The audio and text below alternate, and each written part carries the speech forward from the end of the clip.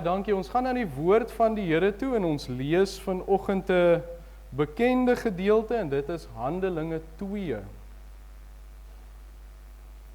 Handelinge 2 van vers 1 tot vers 21 gaan ons saam lees.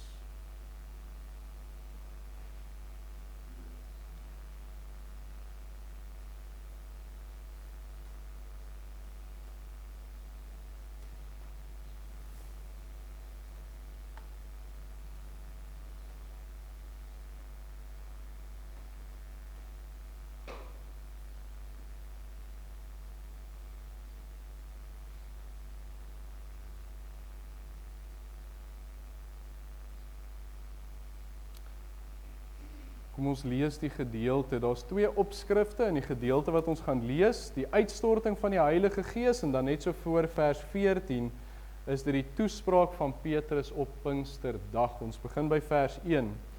En toe die dag van die Pinksterfees aangebreek het, was hulle almal eendragtig bymekaar. En daar kom skielik uit die hemel 'n geluid soos van 'n geweldige ruk wind. En dit het die hele huis gevul waar hulle gesit het. Toe is deur hulle tonge gesien soos van vuur, wat hulle self verdeel en op elkeen van hulle gaan sit het. En hulle is almal vervul met die Heilige Gees en het begin spreek in ander tale, soos die Gees aan hulle gegee het om uit te spreek. En daar het in Jerusalem Jode gewoon, godsdienstige manne, uit elke nasie wat onder die hemel is. En toe hierdie geluid kom, het die menigte saamgestroom en was in die war, want elkeen het gehoor hoe hulle in sy eie taal spreek. En hulle was almal verbaas en verwonderd en sê vir mekaar, is almal wat daar spreek, dan nie Galileërs nie? En hoe hoor ons hulle, elkeen in ons eie taal waarin ons gebore is? Parters en Meders en Elamiete, en die inwoners van Mesopotamië, Judea en Kappadosie, Pontus en Asië, Frigië en Pamfilië, Egipte en die ander streke van Libië by Sirene, en Romeine wat hier vertoef, Jode en Jodegenote, Kretense en Arabiere, ons hoor hulle in ons eie taal oor die groot dade van God spreek. En hulle was almal verbaas en radeloos en sê die een vir die ander, wat kan dit tog wees? Maar ander het gespot en gesê, hulle is vol soetwyn. Maar Petrus het opgestaan met die 11 en sy stem verhef en hulle toegespreek. Joodse manne en almal wat in Jerusalem woon, dit moet julle weet en luister na my woorde. Hierdie mense is tog nie dronk soos julle dink nie, want dit is nog maar die 3de uur in die môre. Maar dit is wat deur die profeet Joël gespreek is. En in die laaste dae spreek God, sal ek my gees uitstort op alle vlees, en julle seuns en julle dogters sal profeteer, en julle jongelinge sal gesigte sien, en julle ou mense sal drome droom, en op my diensknegte en diensmaagdes sal ek in die dae van my gees uitstort, en hulle sal profeteer. En ek sal wonders gee bo in die hemel en tekens onder op die aarde, bloed en vuur en rookdamp. Die son sal verander in duisternis en die maan in bloed voordat die groot en deurligte dag van die Here kom. En elkeen wat die naam van die Here aanroep, sal gered word. Ons lees net vanoggend tot daar vanuit die woord van die Here. Voordat ons voortgaan met die woord, kom ons buig eers die hoofde en dan bid ek net vir ons 'n woord saam. Hemelse Vader, ons loof en ons prys U vir wie U is, vir dit wat ons vroeër kon gesing het, Here, dit wat die profeet Jesaja ook aanskou het, toe daar vir U gesê is, heilig, heilig, heilig, is die Here van die leerskare, die aarde is van sy heiligheid vol, Here, en is ons vanoggend ook hier om die heilige God van hemel en aarde te dien.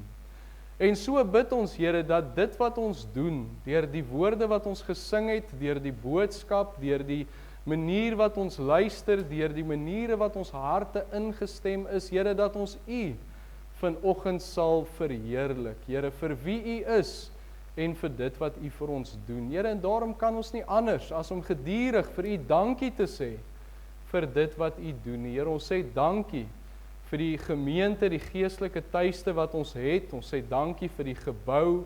Dankie dat ons mense het wat by mekaar kom om die woord te kom luister. En dankie, Here, dat ons as kinders van die Here, as liggaam van Christus by mekaar kan wees, om mekaar te bemoedig, mekaar op te bou en so saam te groei in die woord van die Here. En so bid ons, Here, dat U woord vanoggend in waarheid sal uitgaan en dat U vir ons daardie verwagting wat ons het om U woord te hoor, Here, dat U daardie verwagting vir ons in sal voorsien deur U woord. Dat U ons sal leer en dat nie een van ons hier, Here, onveranderd sal uitstap om te sê, maar die Here het nie met my gepraat. Maar dat ons U woord sal ontvang, dat ons dit in ons harte sal bære en dat U ons lewens sal stap vir stap verander om meer en meer soos U te wees.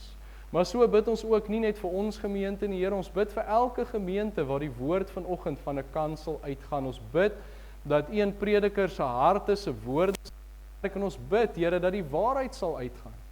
Dat dit nie 'n mens se woorde sal wees nie, maar dat die mense wat by kansel staan 'n spreekbuis sal wees wat U woord uitdra. Ons bid, Here, dat die evangelie oor die ganse land sal uitgaan. En ons hou aan bid, Here, vir die redding van verlore siele. Ons bid, Here, vir die mense wat nie hoop het nie, mense wat hartseer is, mense wat nood het. Here, ons bid vir hulle wat dink hulle het alles en hulle het U nie nodig nie. Ons bid vir elkeen van daardie mense, Here, dat hulle U sal ontmoet. Dat hulle deur dit wat hulle hoor, dit wat hulle sien, wat U vir hulle wys, die werk wat die Gees doen, dat hulle U sal ontmoet. Ons bid, Here, dat U so siele sal red in ons eie dorp en in ons eie gemeenskap en dat U mense by U sal uitbring. Ons bid ook vir elkeen op daardie gebedslys, Here, die name wat genoem is vir oom Laurens Joubert met dit wat hy deurgaan, oom Gerard Ungerer en ook so ander, Here. Ons weet van baie mense wat in hierdie tyd sukkel met verkoue, met griep, met verskillende siektes en bid ons, Here, dat U die genesingswerk sal doen soos net U kan. Here, ons bid dat U ook met ons mense sal wees waar hulle beweeg, Here, en soos ons vroeër gesê het, dat hulle die sout van die aarde en die lig van die wêreld sal wees, dat U woord sal uitgaan, Here, nie net deur ons woorde en deur dit wat ons met mense deel nie, Here, maar ook deur die manier wat ons leef. En ons dankie, Here, dat ons dit van U kan vra. Ons bid dan so vir hierdie diens wat ons by mekaar is, Here, en ons vra weer, mag U daardeur verheerlik word, mag ons U teenwoordigheid ervaar en mag U vir ons 'n woord hê. Ons bid dit in die naam van Jesus Christus alleen. Amen. Ons teks van oordenking dan, wat ons mee gaan begin, maar ons gaan eintlik so oor die hele gedeelte praat, maar ons begin by vers 4 wat sê, en hulle is almal vervul met die Heilige Gees en het begin spreek in ander tale, soos die Gees aan hulle gegee het om uit te spreek. En praat ons dan oor die gedagte, gunstige werksomstandighede vir die Heilige Gees. Nou voordat ons by dit uitkom, wil ek nou eers so vinnig net laasweek aanraak, en laasweek het ons gepraat oor die gemeente in Efese, ons het gepraat oor hulle sterkpunte, waarna ons kan streef, wat ons kan probeer om toe te pas, en wat ons die Here kan voor vertrou, maar ons het ook gepraat oor hulle groot fout, daar in Openbaring 2, dat hulle eerste liefde verlaat het, en dat dit vir ons 'n waarskuwing is, en dat ons waak daarteen, en dat ons gebou is op ons liefde vir die Here Jesus Christus. En dit het nou vir ons 'n redelike gedagte geskep van wat die Here verwag van 'n gemeente, hoe hulle moet lyk, hoe hulle moet optree. Maar iets wat ons nie aangeraak het nie, is die werking van die Heilige Gees binne in so 'n gemeente. Nou ons weet waar kinders van die Here by mekaar is, werk die Heilige Gees. Maar dan met dit in gedagte, as ons sê hy werk waar kinders van die Here is, hy werk in gemeentes, dan vra ons net die vraag, hoekom is die Gees se werking so skaars vandag? Hoekom word dit so min gesien? Soos byvoorbeeld, ek dink almal van ons het al of dit gesê of dit gehoor, dat mense sê, by daardie kerk, of by daardie genootskap, of in daardie tydperk, of by daardie uitreik, het die Gees van die Here gewerk. Maar nou, as ons gered is, kinders van die Here, en die woord sê, ons het die Gees binne in ons, hoekom werk die Gees nie oral dieselfde nie? Werk hy dan meer op sommige plekke as op ander? En as ons na die woord van die Here kyk, dan moet ons sê ja. Die werksomstandighede waarin hy werk, het 'n effek op hoe dit gesien word, hoe hy werk en hoe dit ook in 'n gemeente funksioneer. So ons gebruik vanoggend hierdie gedeelte wat ons saam gelees het as voorbeeld, want daar was omstandighede wat ons gelees het by die uitstorting van die Gees, wat dit besonders gemaak het. Nou ja, dit was 'n uitsonderlike gebeurtenis, dit was egter die uitstorting van die Heilige Gees, maar daar is nog steeds omstandighede wat ons vanuit kan leer. En ons kan sien, daar is gunstige werksomstandighede vir die Heilige Gees. En omdat daar omstandighede daar was, en die Gees is uitgestort en hy het begin werk, en ons sien dit duidelik in ons teks van oordenking, daar staan hulle is almal vervul met die Heilige Gees, en het begin, so daar was ook werk gewees, dat iets gebeur. Maar kom ons definieer net eers vinnig, in hierdie gedeelte, in die konteks, wat is die werk van die Heilige Gees hier? Want as ons sê, daar's werksomstandighede, en sy werk word gesien, wat was sy werk? Hoe sal dit gesien word, wat sal hy doen? Nou die antwoord hier is eintlik heel eenvoudig, en ek wil nou nie so baie daaroor uitbrei nie, mense kan baie daaroor praat, maar ek gaan dit net eenvoudig hou tot 2 punte. Johannes 16, die voorspelling van die Heilige Gees wat sou kom. En nou sê die Here Jesus, wat sal sy werk wees? En hy noem 2 dinge. Net 2 dinge. Die eerste is, hy sal oortuig van sonde, geregtigheid en oordeel. Nou as 'n mens dit nou bestudeer en daai woorde ontleed, dan kom dit neer op die feit, mense sal gered word. Hulle sal oortuig word van die sonde in hulle lewens, die geregtigheid van die Here Jesus Christus, deur wie hulle gered kan word, en die oordeel as dit nie plaasvind nie. So waar die Gees werk, word mense gered. Die tweede wat hy noem, is hy sal julle in die hele waarheid lei. Met ander woorde, hy leer vanuit die woord van God, en hy verdiep die kinders van die Here binne in die woord. So die Heilige Gees sal die kinders van die Here meer leer oor die woord. En hierdie 2 hoofgedagtes kan ons deurtrek amper na alles wat die Heilige Gees doen. Daar waar die Gees werk, gaan die woord van die Here uit. Mense sal gered word. Waar kinders van die Here werk, dink of dit is met sondevergifnis, waar die Heilige Gees vir sy kind oortuig, hier's 'n ding in jou lewe wat nie reg is nie. Dit kom neer daarop dat ek die evangelie beter kan verkondig, dat ek in 'n posisie is om my meer te verdiep in die woord, dat ek 'n beter getuienis vir hom kan wees. So ook met die vrug van die Gees, die manier wat dit van buite gesien word, die manier wat ek dit uitleef, alles kom uiteindelik in lyn met hierdie doel, om die woord te verkondig, mense gered word, en om te verdiep in die woord. Nou baie mense dink, die werk van die Heilige Gees moet 'n vertoning wees, en ons ken dit, ons sien dit, ek dink ons almal het al daarmee in kontak gekom, en op die televisie miskien gesien, mense wat omval, en hierdie dinge gebeur, en daai een begin in tale praat, en hierdie een sing en dans. Maar ek gaan vanoggend vir u een ding sê, die Heilige Gees se werking in die woord van die Here het nooit gegaan oor die vertoning. En as mense dink te doen, dan mis hulle die punt. Dit was nog nooit die doel van die Heilige Gees. Nou net in hierdie gedeelte van die tale as voorbeeld, die disippels begin in tale praat. Hoekom het hulle dit gedoen? Baie eenvoudig. Die evangelie moes uitgaan, en dit staan hierso. Waar daai manne sê, en ons hoor hoe hulle, elkeen in ons eie taal praat, waarin ons gebore is. So die tale was met die doel, die evangelie gaan uit, mense word gered. Dit was met die doel dat mense kon besef, maar wat sê die skrif? Want al wat Petrus gedoen het, is hy het gevat wat die Here gegee het vanuit die skrif en dit verkondig. So selfs met dit was die doel nog steeds dat mense by die Here uitkom. Waar die Gees werk, word mense gered. Waar die Gees werk, word mense verdiep in die kennis van die skrif. Maar om terug te kom na die kruks vanoggend toe. Daar is sekere omstandighede, ons noem dit nou maar net vanoggend werksomstandighede, wat maak dat die Gees se werking soveel duideliker is by sekere plekke en by sekere groepe mense. So as kinders van die Here wat by mekaar is, as ons sê ons is waarlik weergebore en ons het die Heilige Gees, dan wil ons ook graag hê die Heilige Gees moet hier werk. Stem julle saam met my? As gemeente, wil ons hê die Gees moet hier werk? Beslis. Hoekom wil ons hê die Gees moet hier werk? Wel, die eerste rede is dit verheerlik die Here. Johannes 16 vers 14, hy sal my verheerlik, omdat hy dit sal neem wat aan my behoort en aan julle verkondig.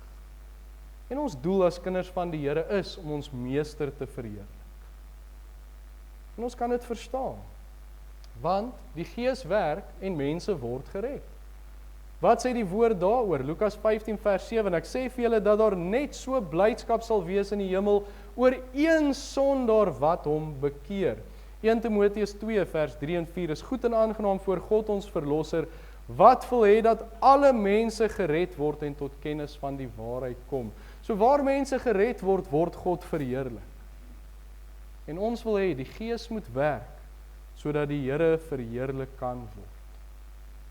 Die ander rede hoekom ons wil hê die Gees moet werk, is ons wil toeneem in die kennis van die woord, in die genade van die Here Jesus Christus, 2 Petrus 3 vers 18. Ons wil mos meer van ons meester weet. Ons wil 'n liefde vir die woord hê. Ons wil deur die woord nader aan die Here beweeg. Ons wil meer soos die Here word. Ons wil groei in die woord. En ons wil die werking van die Gees hier sien, soos wat ons dit in die Nuwe Testament sien. Ons wil hê hy moet hier werk. So dit bring ons by die vraag, ons weet nou hoe werk hy, ons weet wanneer werk hy, ons weet ons wil dit graag hê, maar die vraag is, watter gunstige werksomstandighede het gemaak dat die Gees so kragtig gewerk het? Sodat ons kan seker maak, dit is hier teenwoordig. Dat ons kan seker maak, die Gees werk hier.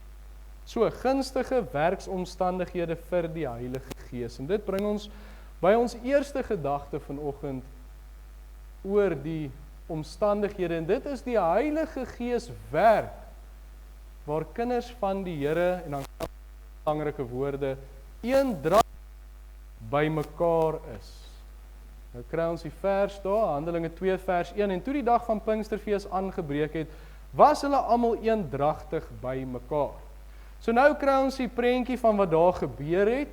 Die 12 disippels was by mekaar, en dis nou die 11 oorspronklike disippels, en Matthias wat bygekom het in die plek van Judas Iskariot. Hulle was by mekaar, maar dan sien ons ook verder, Handelinge 1 vers 14, Maria was daar, Jesus se moeder, en 'n aantal vroue. Handelinge 1 vers 15, toe kom daar nog gelowiges, 120 gelowiges by mekaar. En nou sien ons amper, dis die hele eerste gemeente wat by mekaar gekom het daar in Jerusalem. En van al hierdie mense, die disippels en die vrouens en die 120 gelowiges, was hulle almal eendragtig by mekaar met die uitstorting van die Heilige Gees. En die Gees werk.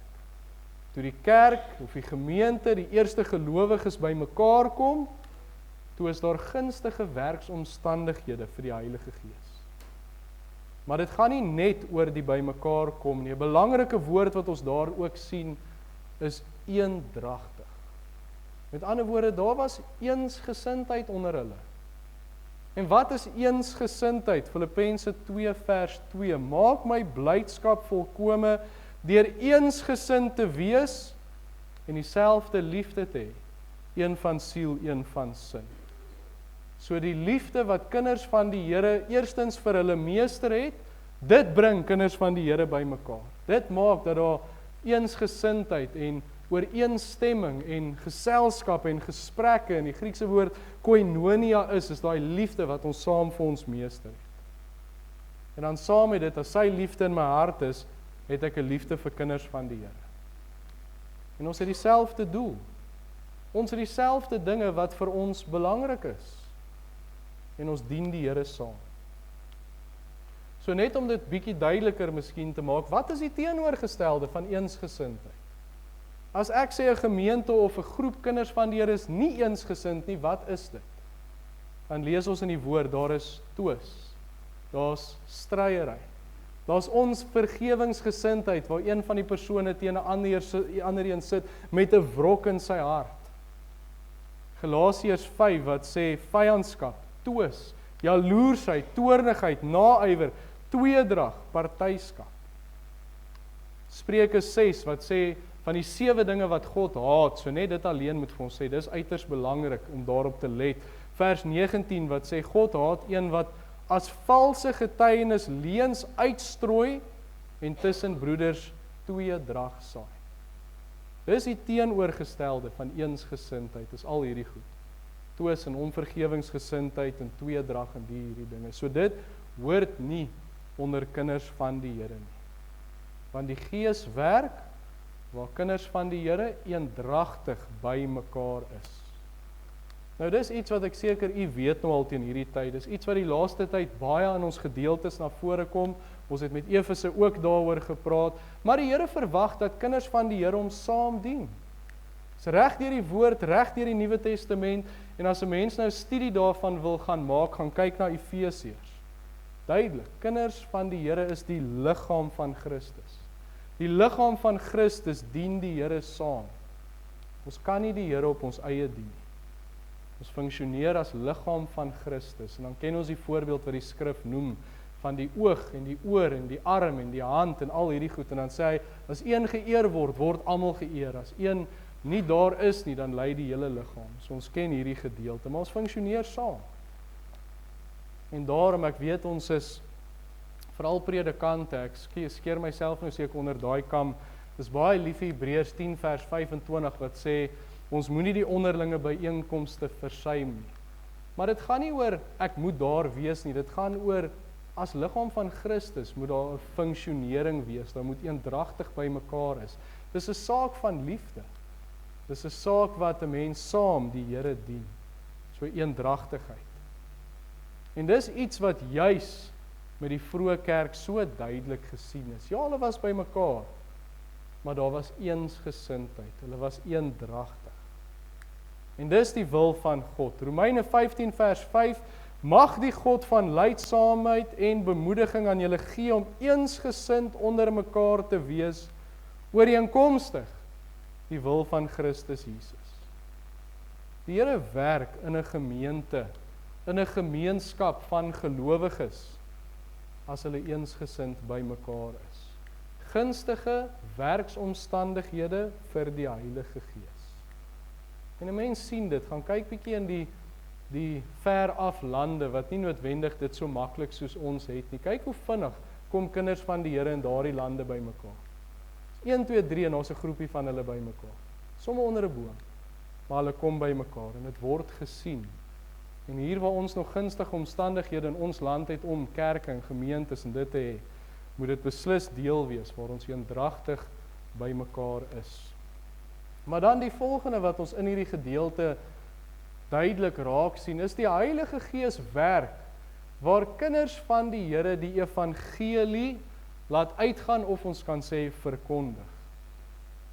Handelinge 2 vers 21, en elkeen wat die naam van die Here aanroep sal gered word. Iets wat die kerk in daardie tyd, ons noem dit die Handelinge of die vroeë kerk, baie goed gedoen het, is hulle die evangelie verkondig. Die Here Jesus se laaste opdrag, hy praat met sy disippels, hy gee vir hulle die laaste opdrag, Matteus 28 vers 19, gaan dan heen, maak disippels van al die nasies en doop hulle in die naam van die Vader en die Seun en die Heilige Gees, leer hulle om alles te onderhou wat ek julle beveel het. Nou as 'n mens hierdie vers in die Afrikaans vat, dan lyk dit of daar baie opdragte is. Gaan, maak disippels, doop, leer, Maar as 'n mens in die Grieks gaan kyk, dan is daar net een opdrag. Die ander is alles, wat noem mense dit, partisipiums, byvoeglike bywoorde. Die enigste opdrag in die Grieks in hierdie vers is, maak disippels. Dis die kern, dis die kruks, maak disippels. Maak volgelinge van die Here Jesus Christus. Hoe doen 'n mens dit? Jy verkondig die evangelie, sodat mense by Christus kan uitkom.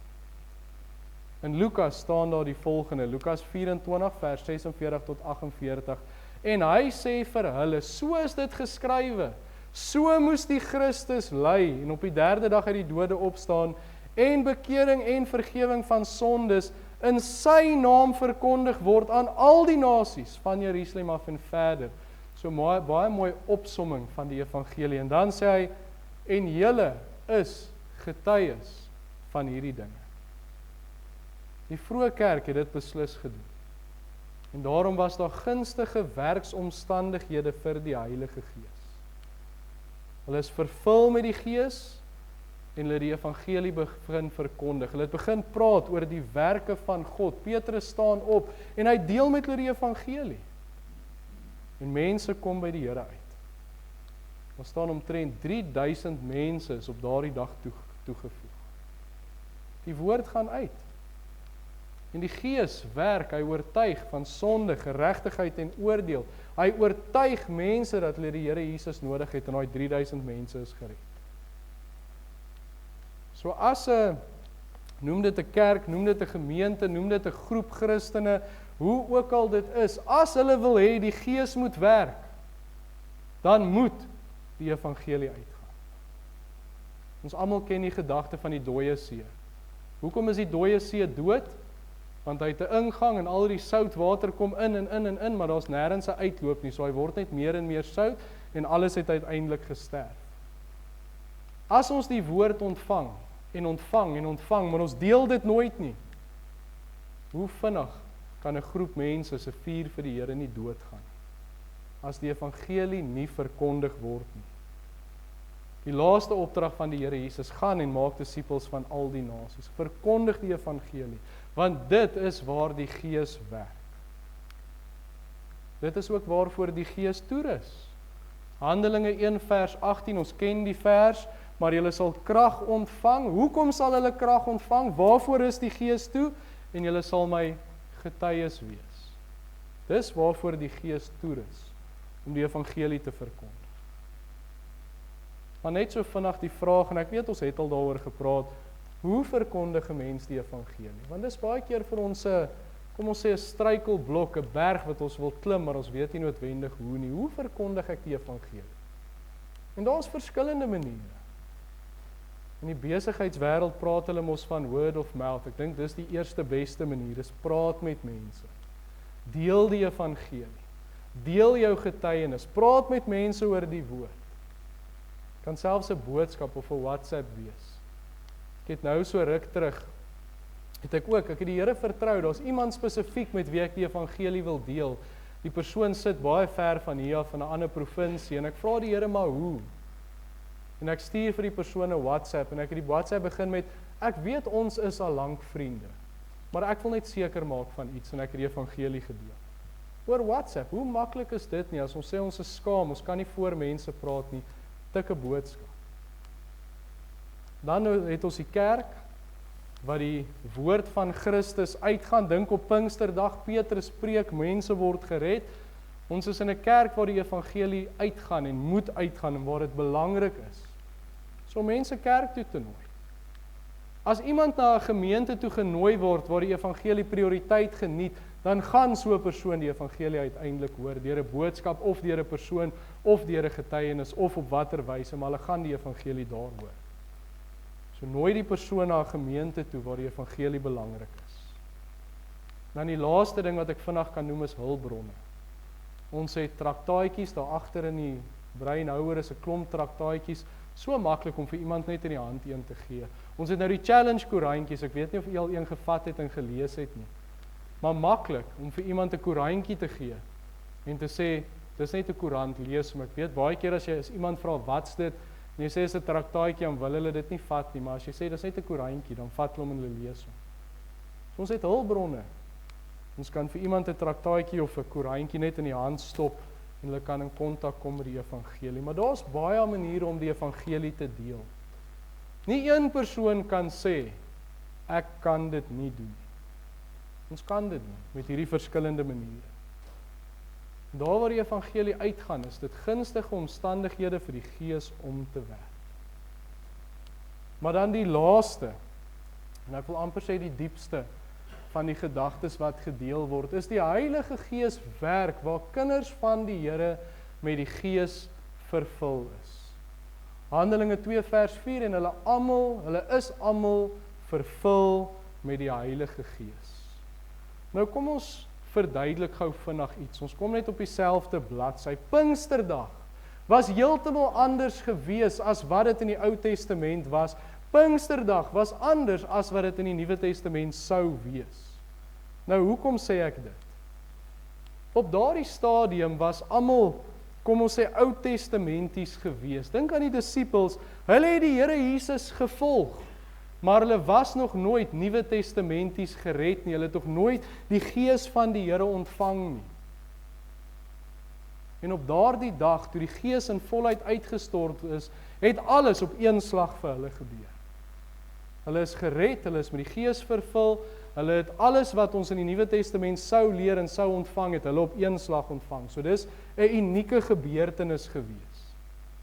Nou kyk ons nou die Nuwe Testament. Nou sê die Nuwe Testament vir ons, in ons terme, dit wat ons ervaar, wanneer ons gered word, wanneer ons lewens vir die Here oorgee en ons sonde word vergewe, dan ontvang ons die Heilige Gees. Jy word gedoop met die Heilige Gees. Nou, ek gaan nou nie veel daaroor uitbrei nie. Ek het, toe ek hierdie voorberei gedink, miskien moet ons met die bid hier bietjie praat oor wat is die doping met die Heilige Gees, maar dit kom neer op redding. Maar ons is nie die dag wat ons gered is noodwendig vervul met die Heilige Gees nie. Want die woord van die Here leer vir ons, kinders van die Here wat die Gees het 'n stryd met sonde. Romeine 6 en 7 en Galasiërs 5, hy leer ons het 'n stryd met sonde en dan sê hy vir ons wat is die oplossing van daardie stryd? Is vervulling met die Heilige Gees.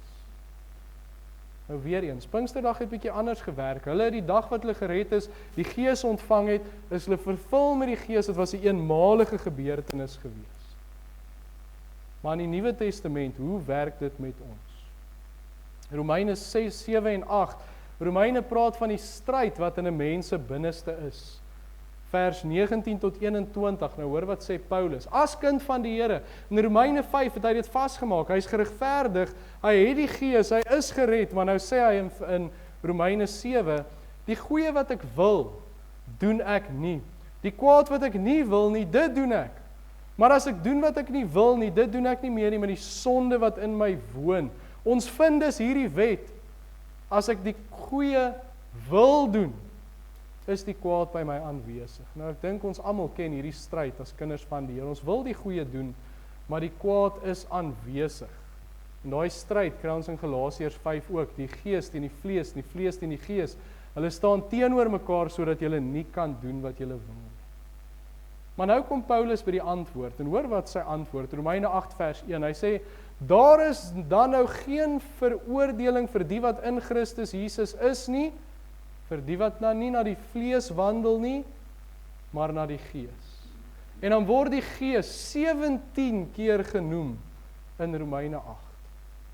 So die antwoord is, wandel deur die gees. Galasiërs 5 vers 16, wandel deur die gees, dan sal julle nooit die begeerlikheid van die vlees volbring nie.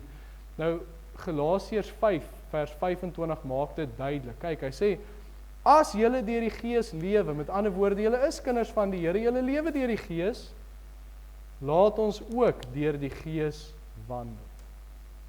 Wandel deur die Gees. Nou, wat beteken dit prakties vir my? Dit beteken dat waar ek is, met wie ek praat, hoe ek optree, of dit by die huis, die kerk, in die winkel is, by my werk is, waar ook al ek is, moet my lewe oorgegee wees aan die Heilige Gees. Elke aspek van my lewe. Want baie keer kry mens, kinders van die Here, hulle is gered. Hulle het by die Here uitgekom. En as hulle, kom ons noem dit nou maar by die kerk is, dan sien mense dit. Maar by die werk word dit nog nie so duidelik gesien. In die huis word dit nog nie so duidelik gesien nie, want hulle kompartmentaliseer hierdie dinge. Ek's 'n kind van die Here, maar ek bestuur hierdie goed en die Here bestuur hierdie gedeelte. Nou kom dit, hy sê wandel deur die Gees. Nou is dit ek wat kom en sê, Here, U bestuur dit. U is op die troon van my hart. U is in beheer van my lewe. Maak nie saak waar ek is nie, ek wil onder U beheer wees. Dit is vervulling met die Heilige Gees. Dis 'n kind van die Here wat ten volle oorgegee is met die Heilige Gees. En wat doen hy? Die Here vul elke gedeelte van jou lewe met sy Gees. En as 'n produk, Romeine 7:8 in daai gedeelte, as 'n produk kry ek oorwinning met sonde. Ek ervaar die krag van die Here. Ek word verdiep in die woord. Ek ervaar die Gees se werking in my lewe. So as ek vir die Heilige Gees gunstige werksomstandighede wil gee, moet ek oorgegee wees aan die Heilige Gees. En dan raak ons 'n gemeente wat oorgegee is aan die Heilige Gees en die Gees se werk word gesien. Nou daarmee sluit ek af vanoggend net die 3 gedagtes. Ons sien in Handelinge 2 toe die Gees uitgestort is, daar was omstandighede wat ons as voorbeeld kan vat, wat raak gesien word. En die eerste omstandigheid is, hulle was eendragtig by mekaar, daar was eensgesindheid, kinders van die Here by mekaar. Die tweede wat ons duidelik hier raak sien is, die woord het uitgegaan, die evangelie is uitgedra, en die derde wat ons gesien het is, hulle is met die Gees vervul, oorgegee aan die Heilige Gees. Nou ons wil, soos ons aan die begin gesê het, die werk van die Gees sien in ons lewens, in ons gemeente. Ons wil sien hoe die Here siele by hom uitbring. Ons wil sien hoe kinders van die Here verdiep in die skrif, waar hy mense in die waarheid lei. Want wat 'n vreugde is dit nie as die Here vir jou nuwe waarheid openbaar deur die skrif en jy beweeg nader aan hom. Ons wil dit ervaar. Maar dan moet ons ook bereid wees om te doen wat die Here van ons vra. Ons moet bereid wees om binne in sy wil te beweeg, of dit is met eensgesindheid of die verkondiging en of dit is met dit alles wat ons genoem het, om in sy wil te beweeg, om die werk van die Gees te ervaar. So ons taak, ons verantwoordelikheid is om seker te maak, ons kom eendragtig by mekaar as kinders van die Here, om seker te maak die evangelie geniet prioriteit in ons gemeente en in ons lewens. En ons maak seker ons is vervul met die Heilige Gees, en dit begin by 'n persoon. Begin by een persoon wat vir die Here sê, Here, ek wandel in U wil, ek doen wat U van my verwag. En daai persoon kom na 'n gemeente toe waar nog mense dit doen. En uiteindelik is dit 'n gemeente wat eendragtig by mekaar is en die werking van die Gees sien. So mag die Here ons help om seker te maak ons wandel in die gedagtes wat die Here vir 'n gemeente het, sodat die werking van die Gees gesien kan word. Amen. Kom ons buig die hoofde en dan bid ek net weer vir ons saam. Hemelse Vader, ons kom vanoggend voor U. En ons wil dit doen wat U van ons vra. Ons wil dit doen wat U van ons verwag. Ons wil wandel binne in die perke wat U van die wil vir ons daar geplaas het. En ons bid vir U hulp, Here. Ons bid, kom ons swakhede tegemoet, kom wys ons waar ons verkeerd is, wys ons waar ons moet regmaak, sodat ons die werking van die Gees in ons gemeente kan sien. Dat ons die werking van die Gees in ons lewens kan sien.